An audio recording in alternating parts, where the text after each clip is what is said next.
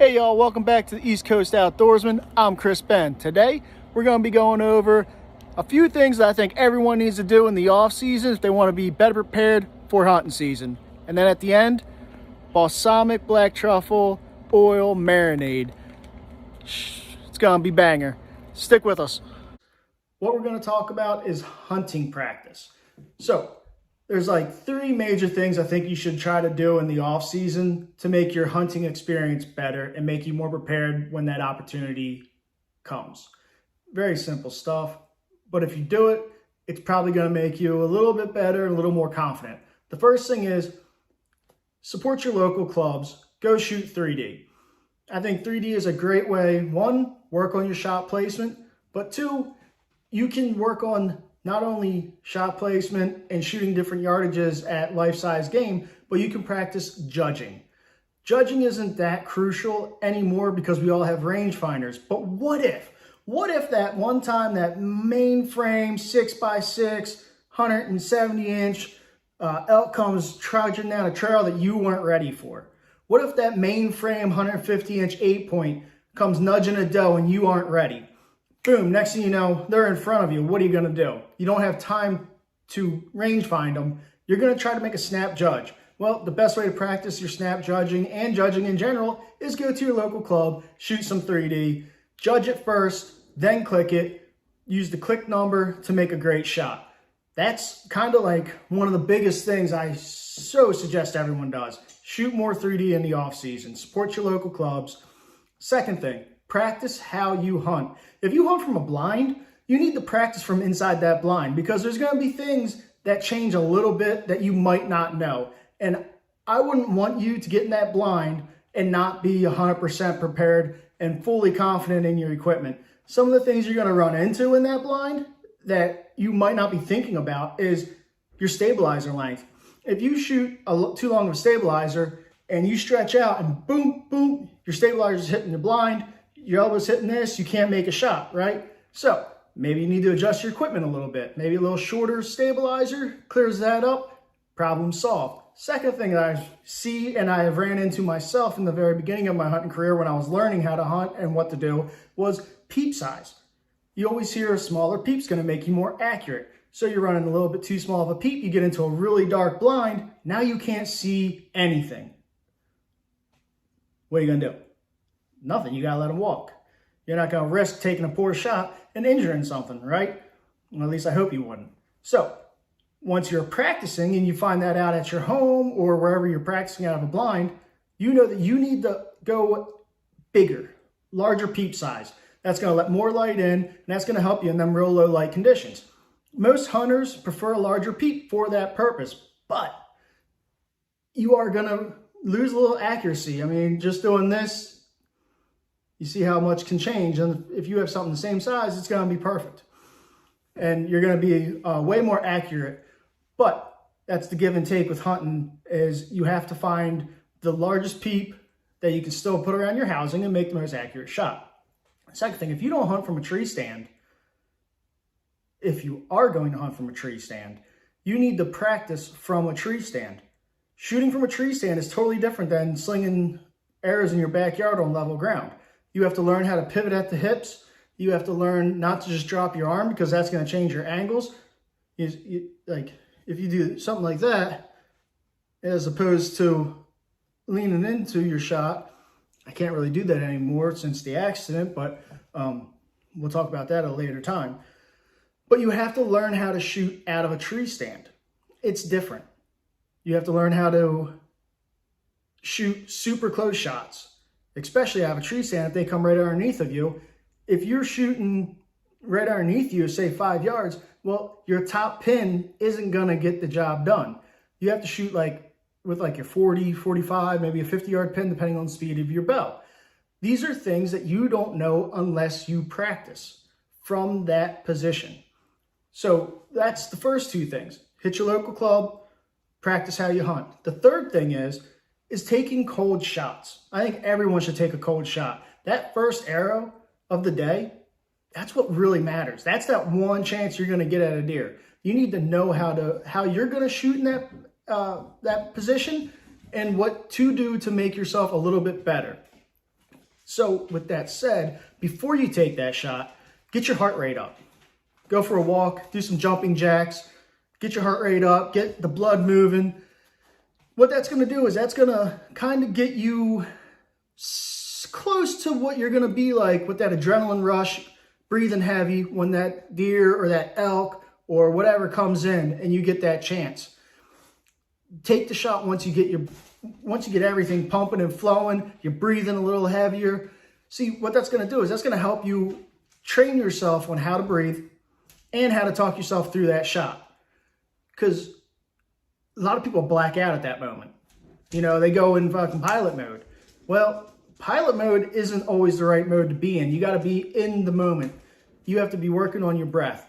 You have to be working yourself through your shot to make sure you're using the right pin. You have it dialed to the right yardage. You're thinking about your release, staying calm, pressure, consistent, pull, boom. You know, you have to think about that. If you just yank back, put the pin on somewhere and boom, chances are you're gonna fail because you're rushing, because you're scared, your anxiety's through the roof, you're breathing heavy, all this is going on in your mind. Well, the only way you can really practice that is to put yourself in that position. The closest way I found at home when you're just doing stuff in your backyard is get your heart rate up and try to work yourself through a shot, kind of like a stress test type deal, and see if you can perform. And if you can't do it at your max yardage, now you know, maybe my max yardage isn't quite my max yardage and I should back that back a little bit. Maybe you think 40 yards is your max yardage. Do that test and at 40 yards, you're like barely catching target.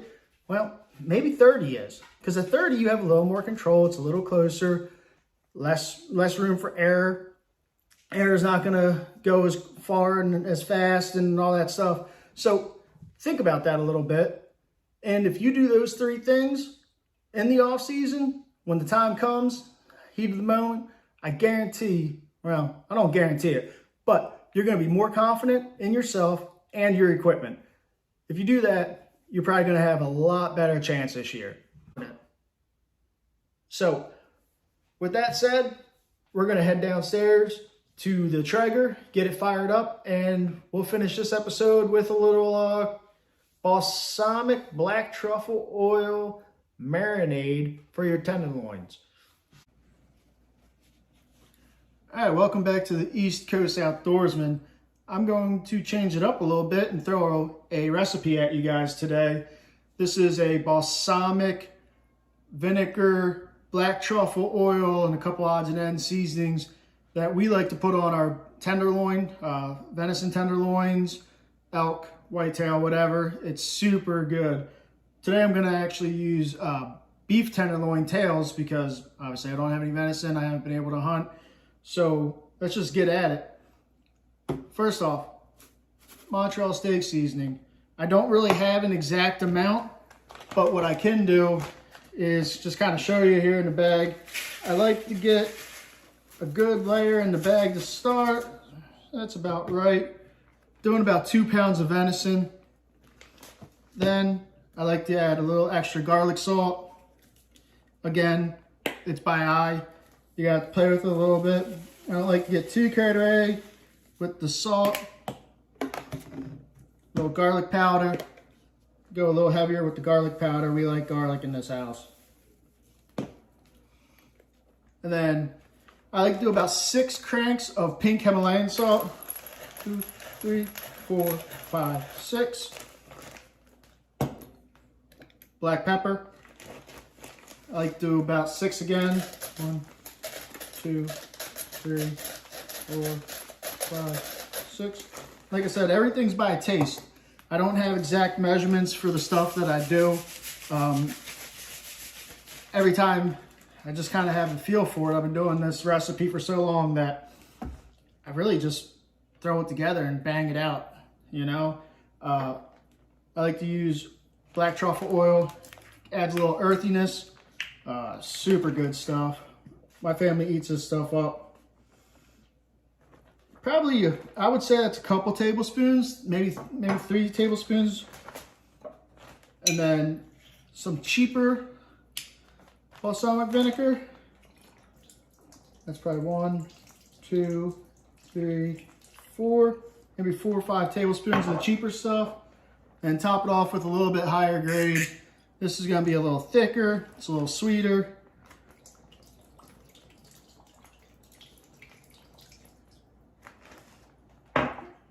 And go ahead and give it a shake. Get it all good and mixed up.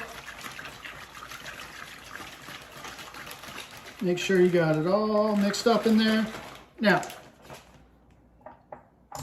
another thing, like I was saying, this is something you throw together quick and easy. I like to take a balsamic vinaigrette, just to get a little bit more marinade in there.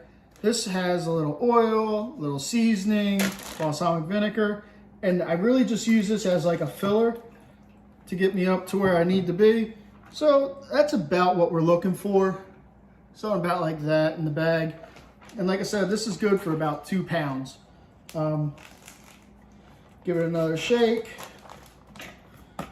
Brand doesn't matter, quality doesn't matter. The balsamic vinegar is going to help break down a little bit of the fats in the meat, which there usually isn't much fat in the meat, so you don't have to worry about it, but it also helps tenderize. So once you got that made, I'm a glove guy, sorry. Throw your glove on, open her up, drop your tenderloins in. I like to leave a little bit of the fat on if I can. 1 and 2.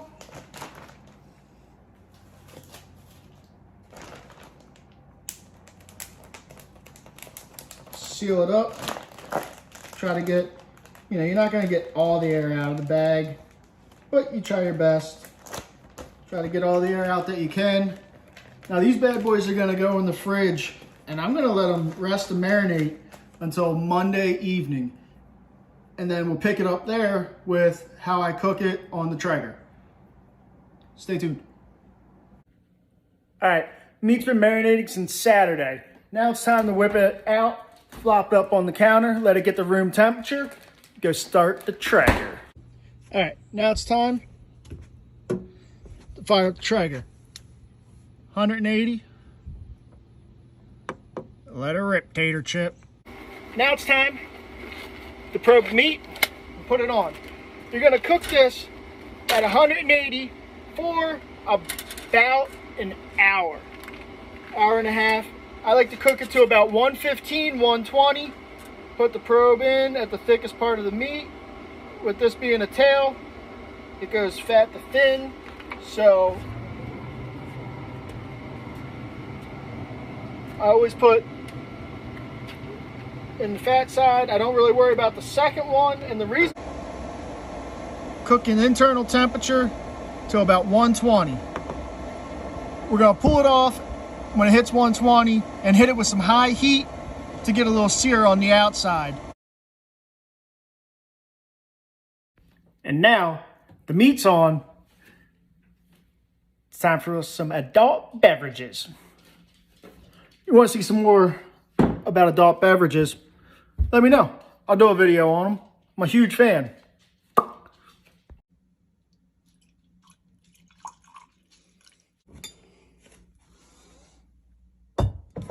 Time to pull the meat, let it rest while the gas grill gets up to temperature so we can put a little sear on it. Wrap in aluminum foil so the heat stays in, and then we'll hit it on the grill, sear it up. Gas grill's up to 400 degrees. Throw the meat on, 3 to 4 minutes both sides, get a little char on it, put a tinfoil tent on it and let it rest 15-20 minutes, and we'll start cutting it up. It's gonna be damn good.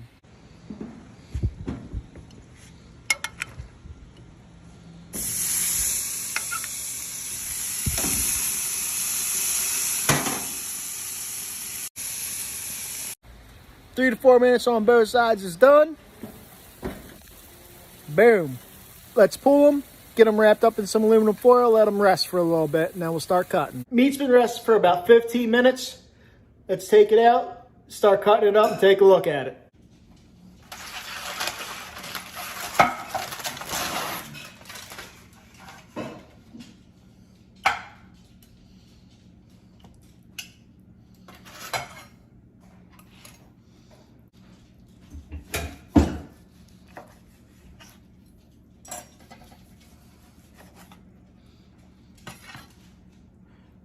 Medium rare, just how the family likes it. Super juicy. All right, that's a wrap. Tenderloins all cooked up. Medium rare, just like the way the family likes it. Maybe a little closer to medium. But hope you enjoyed the episode. Like, subscribe, comment. And we're going to start eating. Cheers, y'all. See you next time. Don't even need a knife. Boom. No, grab your fork. Take a bite. Let me know what you think. Holy moly. It's really good.